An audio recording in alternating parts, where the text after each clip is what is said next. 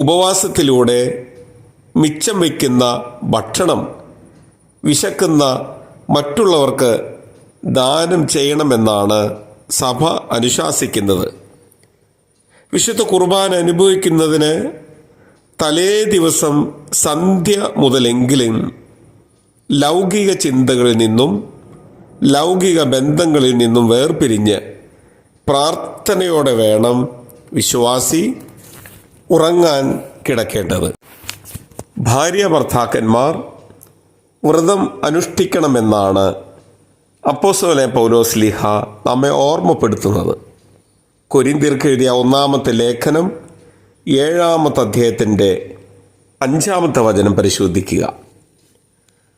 ധ്യാനത്തിലൂടെയും പ്രാർത്ഥനയിലൂടെയും വിശ്വാസി തൻ്റെ മനസ്സിനെ ശാന്തമാക്കി സൂക്ഷിക്കണം. പിണക്കത്തിലായിരിക്കും